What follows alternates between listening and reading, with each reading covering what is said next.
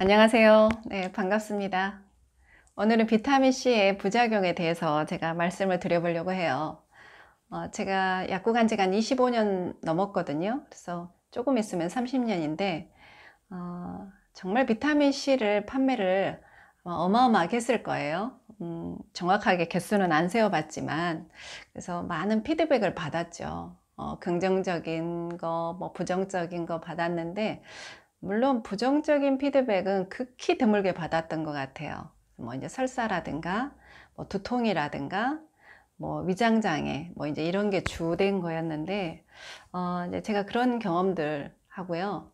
또 하나는, 제가 이제 비타민C를 설명을 드려야 되니까, 또 이제 약사니까 공부를 또 제 나름 많이 했다라고 제가 생각을 하거든요. 그래서 그런 어떤 내 나름의 개인적인, 어디까지나 개인적인 합리적인 판단이라는 어, 전제하에 오늘 비타민C의 부작용에 대해서 말씀을 드려보려고 합니다. 그래서 어찌됐든 제 견해만으로 비타민C를 먹겠다라고 전적으로 제 의견에 의지하는 사람들은 없을 거예요.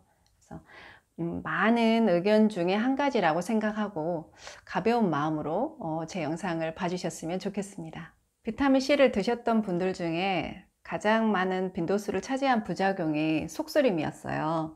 약국에 오신 분들은. 근데 이 속쓰림이 나타나는 이유가 그거잖아요. 비타민C가 약 pH가 3 정도인, 그러니까 순수한 아스코르빈산일 때 pH가 약 3 정도거든요. 근데 이제 이것 때문에 속쓰림을 느끼는 건데, 근데 재밌는 것은요, 우리가 이미 우리 위 내벽에는 pH가 약 1.5에서 2.5 정도 되는 아주 강산인 염산이 있잖아요. 우리 몸에서 생산이 되고 있잖아요. 그래서 우리가 건강한 위 점막을 갖고 있다면 이 pH가 3 정도인 비타민C가 들어와서 속쓰림을 느끼지는 않는다라는 거거든요. 그러니까 평소에도 이 사람은 pH 3 정도인 비타민C를 견딜 수 없는 위점막의 상태를 갖고 있다라는 거고요. 그래서 그리고 또 하나는 뭐냐면 우리가 이렇게 우리나라 사람들은요, 물론 외국은 좀 다를 수가 있는데, 우리나라 사람들의 그 속쓰림의 주 원인이 과산증이 아니라, 그러니까 산이 많이가 분비되는 과산증이 아니라 저산증에 있다라는 겁니다. 그러니까 약 90% 정도가 저산증의 원인이 돼서 위험을 앓고 있다라는 거예요. 그러니까 속쓰림을 호소한다라는 거예요. 그래서 비타민C의 메가도스를 이렇게 강력하게 주장하시는 분들의 견해를 보면요, 그거죠. 비타민C를 먹었을 때 저산증이 개선이 될 수 있어서 오래 먹다 보면 이 저산증이 치료가 되고, 또 오래 먹다 보면 그래서 위장 기능이 더 올라가서 위 기능이 좋아질 수 있는 그런 바탕도 될 수 있다라고 말씀을 하는 거예요. 근데 그게 충분히 가능한 게, 우리나라는 대체로 이제 속쓰림이 이렇게 반복이 되면 병원 갔을 때 제산제를 써서 pH를 오히려 높이는 그런 약을 처방을 하는데요. 근데 요즘은 어떻게 하냐면 일시적으로 속쓰림을 개선하기 위해서 이제 제산제, 산이 분비가 되지 않게 하는 약을 쓰기도 하지만, 근원적인 치료를 위해서는요, 이 저산증을 치료를 해야 되니까 오히려 그 소화효소제인 염산이 들어가 있는 그런 제품들을 많이 권한다라는 거예요. 그러니까 비타민C를 드셨을 때 속쓰림이 느껴졌을 때는요, 그런 속쓰림을 느끼지 않고 먹을 수 있는 그런 방법을 찾을 필요가 있을 것 같아요.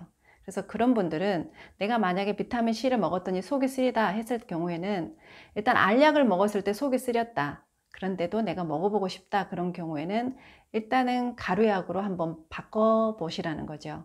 그러니까 속쓰림이 방금 제가 말씀드린 것처럼 위 점막이 얇아서 또는 위 점막이 헐어서일 수도 있지만, 또 하나는 어떤 비타민C가 이렇게 정제인 경우에는 이렇게 딱딱하게 뭉치기 위해서 고용제가 들어가거든요. 근데 이런 고용제가 들어간 이 비타민C들은요, 들어갔을 때 어떤 이제 물리적으로 이게 녹아야 되거든요. 근데 그 과정에서 위벽이 좀 얇으신 분들은 속이 쓰리다, 뭐 속이 아프다, 이런 걸 느낄 수 있어요. 그래서 그런 분들은 속이 쓰리시다, 아프다 하는 분들은 알약보다는 가루약을 드시는 게 좋고요. 그 다음에 이제 또 하나는, 이런 분들은요, 식사를 하자마자 드시든지 아니면 식사 중간에 드시든지, 네, 이런 방법으로 한번 택해 보는 게 좋을 것 같아요. 그다음 두 번째로 만날 수 있는 부작용이 이제 설사예요. 근데 제 개인적으로는 이게 부작용이라고 표현을 해야 되나? 라는 생각이 드는 게, 제가 이 학번 영상에서 그 장래성에 대해서 말씀을 드렸던 것 같아요. 근데 말씀을 드리면서, 그러니까 예를 들면 나는 세 알을 먹었더니 설사해. 그러면 나는 두 알이 비타민C 요구량인 거예요. 그 다음에 나는 6알을 먹었더니 설사를 했네. 그러면 5알까지는 괜찮았기 때문에 5알이 나한테 필요한 비타민C 요구량이라고 생각하면 된다 그랬잖아요. 그런 것처럼 이 설사를 한다라는 것은 역으로 돌이켜보면 그거죠. 비타민C 요구량을 판단할 수 있는 근거가 될 수도 있다라는 겁니다. 물론 나는 한 알만 먹어도 설사해. 이제 이런 분들은 좀 고려를 해볼 수 있지만, 그러지 않고 용량을 점차 늘려가는 과정 중에 만나는 것은 이거는 부작용이라기보다는 비타민C 요구량을 판단할 수 있는 어떤 기준으로 보시면 될 것 같고요. 근데 또 하나 재밌는 거는 예를 들면 내가 이번에 봤더니 6알을 먹고 설사를 했기 때문에 내가 5알을 기준으로 해서 먹겠다 해서 계속 5알을 먹을 게 아니라, 예를 들면 감기 심한 독감에 걸렸을 때는 어떤다고 그랬어요. 이런 사람들이 이제 뭐 누구나 다 해당이 되는 건 아니지만 훨씬 많은 용량의 비타민C를 먹었을 때도 설사를 하지 않는다라는 거예요. 그러니까 우리 몸이라는 게 그날 이렇게 산화가 된 정도가 다르다라는 거죠. 그러니까 비타민C가 약효를 나타내는 것 중에 가장 중요한 이유가 항산화제라는 거잖아요.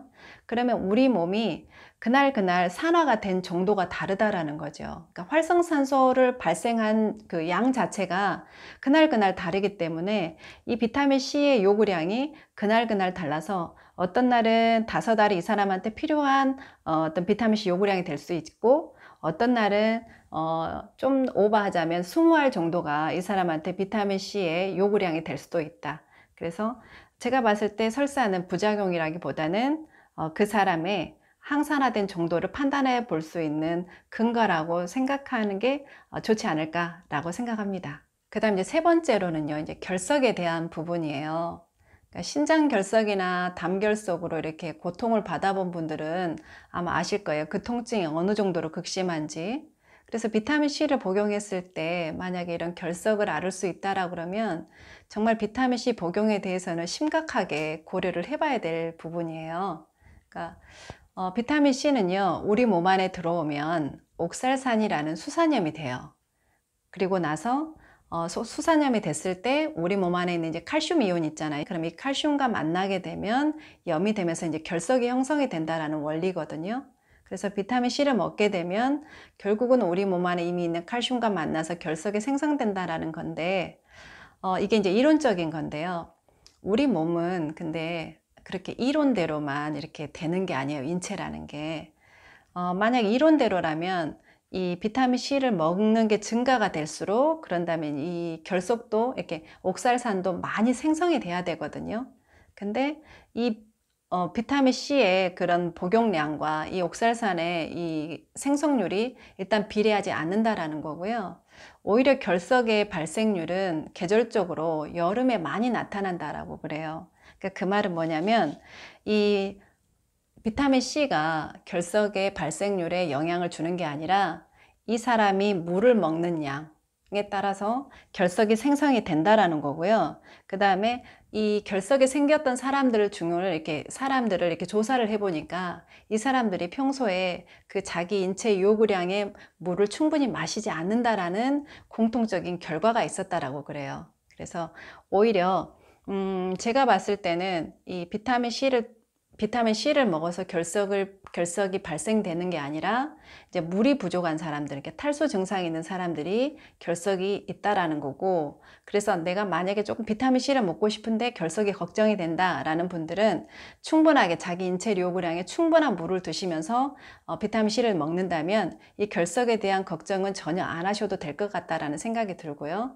이제 다만 이제 그건 있죠. 신장 결석을 이미 앓고 계시거나, 또 하나는 뭐 신장 기능에 이상이 있거나, 뭐 또는 예를 들면 혈액 투석을 하고 있거나, 이런 분들은 이제 드실 필요가 없죠. 드시면 안 되겠죠. 그리고 만약에 비타민C 아니면 도대체 내가 항산화 효능을 기대할 게 없다, 뭐 이런 시대에 우리가 살고 있는 것도 아니고, 더 다른 또 충분하게 좋은 항산화제들이 많으니까 다른 대안을 택하셔도 될 것 같아요. 이렇게 제가 약국에서 이렇게 부작용에 대한 질문들, 많이 받았던 질문에 대해서 제가 방금 설명을 드렸고요. 제 이 영상뿐만 아니라 다른 또 채널을 통해서도 비타민C에 대한 정보를 정말 많이 얻으셔가지고 비타민C의 복용 여부를 이제 판단을 하시면 좋을 것 같고요. 제가 이제 다음 시간에는 일단 비타민C를 복용하기로 결정을 하셨을 때 하신 분들이 드시면서 주의할 사항 있죠. 이제 드실 때 꼭 지켜야 되는 사항에 대해서 제가 말씀드리는 시간을 갖도록 하겠습니다. 들어주셔서 감사합니다.